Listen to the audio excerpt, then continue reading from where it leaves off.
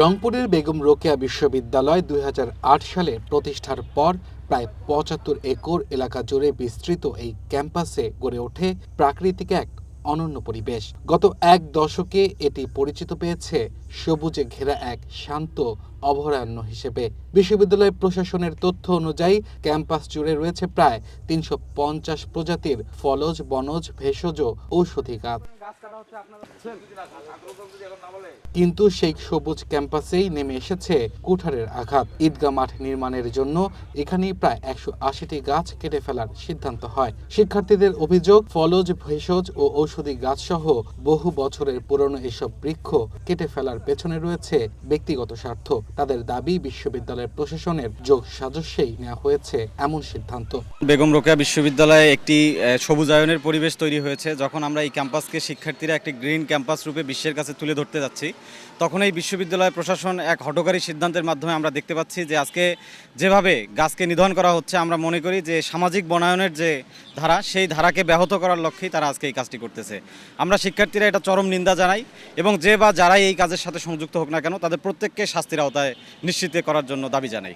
ঈদ উল ফিতরকে সামনে রেখে ৯ মার্চ বিশ্ববিদ্যালয়ের ক্লাস বন্ধ হওয়ার ২ দিন না পেরোতেই শুরু হয় এই গাছ কাটার কাজ। আর তাতেই ক্ষোভে ফেটে পড়েন শিক্ষার্থীরা। তাদের দাবি, গাছ কেটে ফেলার মাধ্যমে ক্যাম্পাসের প্রাকৃতিক পরিবেশ মারাত্মকভাবে ক্ষতিগ্রস্ত হবে। কি কারণে গাছগুলো কাটা হচ্ছে? তারা বলে যে তাদেরকে প্রশাসন অনুমতি দিয়েছে এবং টেন্ডারের মাধ্যমে সকল গাছ কাটা হবে। ১৮০টি গাছের কথা বলা হয়।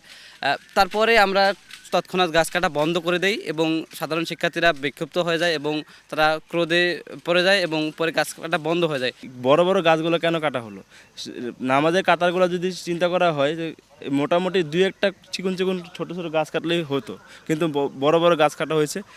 এতে আমরা শিক্ষার্থীরা মানে ক্ষুব্ধ এবং হতাশ।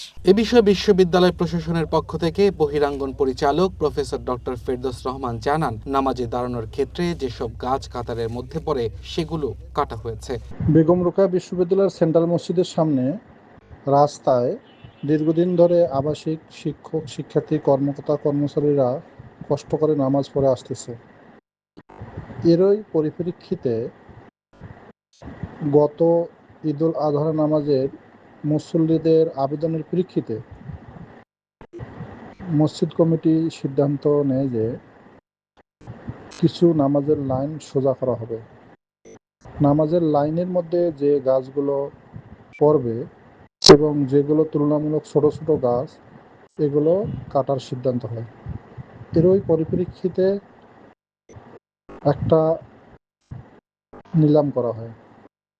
এই নিলামের পরিপ্রেক্ষিতে যে কাজ পায় তাকে এই কাজটা দেওয়া হয়, কিন্তু যে কাজটি পায় সে কাউকে অবগত না করেই আজকে সকালে নামাজের লাইন ঠিকঠাক না করেই ১০ থেকে ১৫টি গাছ কেটে ফেলে। এটা প্রশাসনের দৃষ্টিগোচর হলে কাজ কাটা স্থগিত করে এবং ইনস্ট্যান্ট তাকে শোকজ করা হয়। আর সচেতন শিক্ষার্থীরা বলছেন, ক্যাম্পাসের প্রতিটি গাছ রক্ষার দায়িত্ব বিশ্ববিদ্যালয় কর্তৃপক্ষের। এভাবে বৃক্ষ নিধন না হলেও হতো।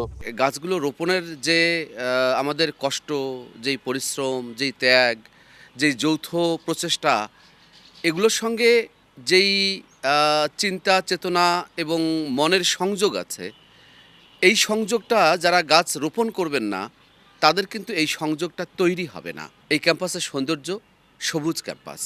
সেই সবুজ ক্যাম্পাসকে সুরক্ষার জন্য প্রথমত এবং প্রধানত দায়িত্বটা কিন্তু বিশ্ববিদ্যালয়ের প্রশাসনেরই।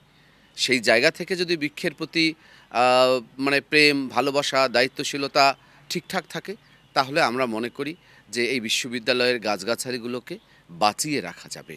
বিশ্ববিদ্যালয়ের কেন্দ্রীয় মসজিদের সামনে মন্দিরের স্থান, ছেলেদের হল বিভিন্ন জায়গায় পড়ে থাকা কিছু সংখ্যক গাছ কর্তনের জন্য গত ২২ ফেব্রুয়ারি বিজ্ঞপ্তি প্রকাশ করে বিশ্ববিদ্যালয় প্রশাসন। বুধবার সকাল থেকে কেন্দ্রীয় মসজিদের সামনের আম, মেহগনি সহ অন্যান্য প্রজাতির গাছ এলোপাতাড়িভাবে কাটা শুরু করেন ঠিকাদারদের নিয়োজিত কর্মচারীরা।